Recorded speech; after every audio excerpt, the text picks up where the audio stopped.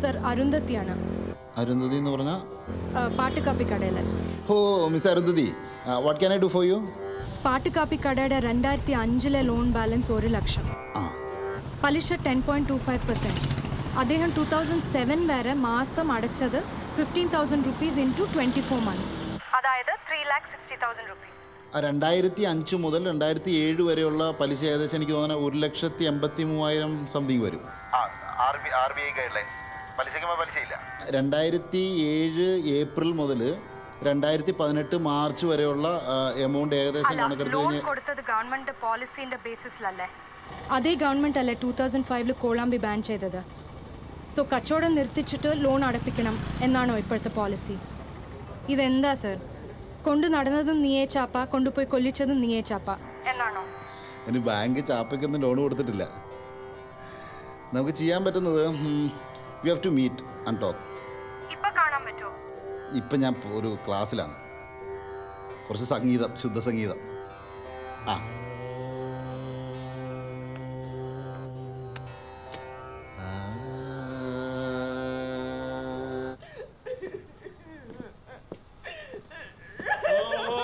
അതിന് വോളിയം കൂട്ടണ്ട. അവൻ നന്നാവത്തില്ല അൽഫോൺസേ. എത്ര പ്രാവശ്യം അവനെ ഒഴിവാക്കി വിട്ടതാ. ഇതിപ്പോ പോലീസിനെ വിളിച്ചോണ്ട് ഓരോ കാര്യങ്ങൾ തുടങ്ങിയ രാവിലെ അവനെ കോടതിയിൽ ഹാജരാക്കും. 2 ജാമ്യക്കാരുമായിട്ട് അങ്ങ് പോരെ, ബാക്കി അവിടെ വെച്ച് നോക്കാം. ഓ ഇനി അതും ഞാൻ ഉണ്ടാക്കണമായിരിക്കും. അവൻ ഗുണം പിടിക്കത്തില്ലെന്ന് ഇപ്പം പാറ്റ് നിർത്തി കഞ്ചാവിന്റെ പരിപാടിയാ. ഡിക്സൺ നല്ലവനാ, ഒന്നുമില്ലെങ്കിലും അവനൊരു കലാകാരനൊക്കെ അല്ലേ. അവൻ്റെ അച്ഛൻ്റെ പോക്ക് കാരണമായി ഇങ്ങനെയൊക്കെ. ഉപദേശിക്കാനും നൽവഴി കാട്ടാനും ആരെങ്കിലും വേണ്ടേ? ഈ പാവം എന്ത് ചെയ്യും?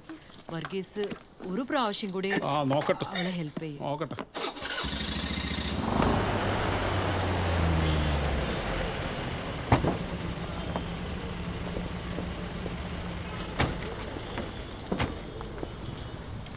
നിന്റെ തള്ളെ ഓർത്തിട്ടാ ഞാൻ ഓരോന്ന് ചെയ്യുന്നത്. നീ നന്നായാൽ നിനക്ക് കൊള്ളാം. ഇത് അവസാനത്തെയാ. രാമക്കാരോടെ എപ്പോ? ഓ വരും.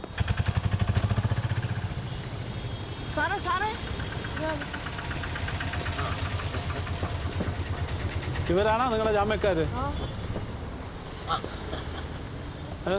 ഇങ്ങോട്ട് വന്ന അമ്മാള് അങ്ങോട്ട്. എന്തോ ആണോ തൻ്റെ ഉദ്ദേശം?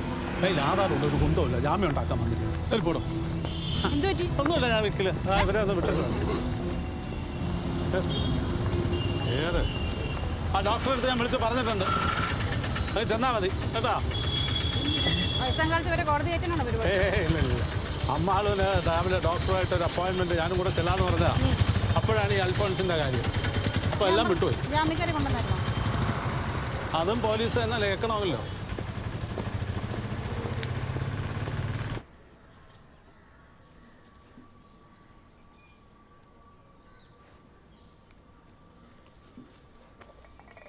അസ്സലാമു അലൈക്കും. വലൈക്കും അസ്സലാം.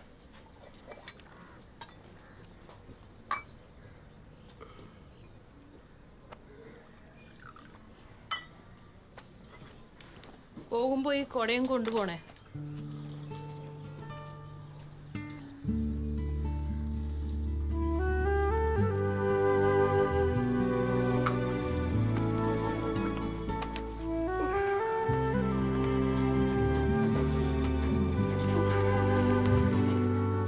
ഊണിനുണ്ടാവോ? ഇല്ല.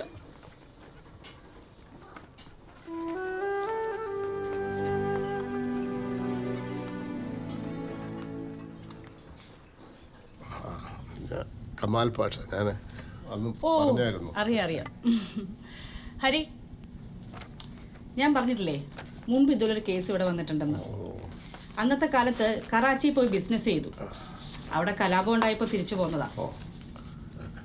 ഈ വരുന്നതും പോകുന്നതും ഒന്നും അല്ലല്ലോ കാര്യം. ഇത്രയും കാലം ഇവിടെ കഴിഞ്ഞവരെയാ ഇങ്ങനെ ഉപദ്രവിക്കുന്നു. അല്ല, അത് നമുക്ക് പിടിക്കാം. ഹരാസ്മെന്റ് ഹ്യൂമാനിറ്റേറിയൻ ഗ്രൗണ്ട്സിൽ പോവാം, അല്ലാതെ ലീഗലായിട്ട് മൂവ് ചെയ്യാൻ നമുക്ക് വകുപ്പില്ലല്ലോ. അന്നത്തെ കാലത്ത് പാകിസ്ഥാനിൽ പോയി അവിടെ നിൽക്കാൻ തീരുമാനിച്ചവർക്ക് വരാനും പോകാനും ഒരു തടസ്സവും. എൻ്റെ രാജ്യം ഇതാന്നും പറഞ്ഞ് ഇവിടെ വന്നവർക്കാ ഈ കുഴപ്പങ്ങളൊക്കെ. 1955 ഇന്ത്യൻ സിറ്റിസൺഷിപ്പ് ആക്ട്, അതിൽ സെക്ഷൻ 6 അത് പിന്നെ എഴുതി ചേർത്തതാ. പിന്നെ ഇല്ലീഗൽ എമിഗ്രൻസിനെ ഡീപ്പോർട്ട് ചെയ്യണം എന്നുള്ളത് നിയമമായത് 85 അല്ല, ഇപ്പോൾ ഇതിൻ്റെ നടപടിക്രമങ്ങൾ എങ്ങനെയാ? ഡീപ്പോർട്ട് ചെയ്യാനുള്ള നടപടിക്രമങ്ങൾ തുടങ്ങിയാൽ നമുക്ക് മൂവ് ചെയ്യാം. ഇന്ത്യൻ നീതിന്യായ വ്യവസ്ഥയിൽ വിശ്വാസമർപ്പിച്ച് മുന്നോട്ട് പോകുന്ന ഉത്തമ പൗരന്മാർ, അതാണ് നമ്മുടെ ക്ലെയിം.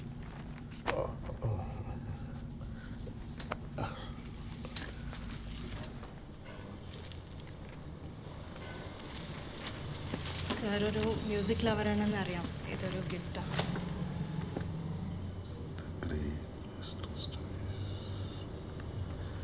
രവിശങ്കർ, സക്കീർ ഹുസൈൻ, ബിസ്മില്ല ഖാൻ, ജസ്രാജ്.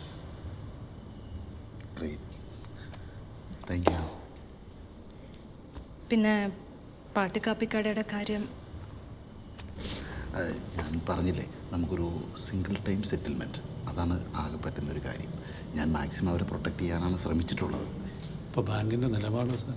അല്ല, ബാങ്ക് മാനേജ്മെൻറ്റ് മാക്സിമം സപ്പോർട്ട് ചെയ്തിട്ടുണ്ട്. അങ്ങനെയാണ് അവർ സ്റ്റാൻഡ് ചെയ്തിട്ടുള്ളത്. അതുകൊണ്ടാണ് നമുക്കിങ്ങനെ ഇത്രയും ചെറിയൊരു എമൗണ്ടിലേക്ക് സെറ്റിൽ ചെയ്യാൻ തന്നെ പറ്റിയത് സത്യത്തിൽ.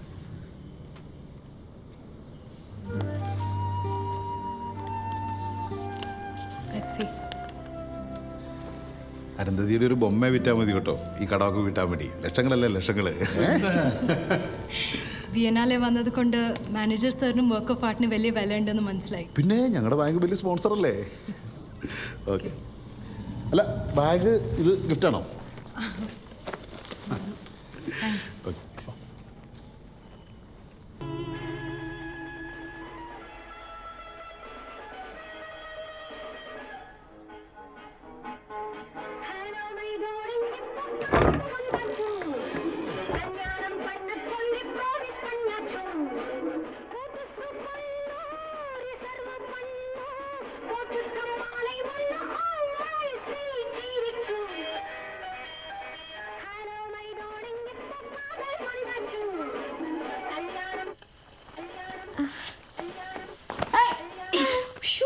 സുന്ദരമാണ്. ഇന്ന് ഫുൾ റൊമാൻറ്റിക് ആണല്ലോ. ഉനക്ക് തമിഴ് தெரியுமா? അതൊക്കെ അവിടെ ഇരിക്കട്ടെ. ഇതെന്താ പുതിയൊരു ലുക്ക്? ഇന്ന് ഞങ്ങളുടെ വെഡിങ് ആനിവേഴ്സറിയാ, 38ാമത്തെ. 38 കൊല്ലോ? അത് സംഭവമാണല്ലോ അമ്മളു. 38 കൊല്ലമല്ല, 42 കൊല്ലായി. എനിക്ക് 16 വയസ്സുള്ളപ്പോഴാ എൻ്റെ പിറകെ നടക്കാൻ തുടങ്ങിയത്. You are only 16.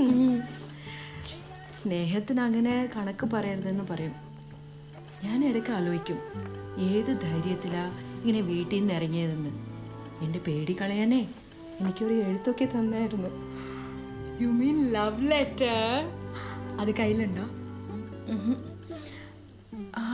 അദ്ദേഹത്തിൻ്റെ ഡയറിയിൽ എഴുതി വെച്ചിട്ടുണ്ട്. ഞാൻ ഇടയ്ക്ക് എടുത്ത് നോക്കും. വേറെ ആരുടെ കഥ പോലെയോ തോന്നും.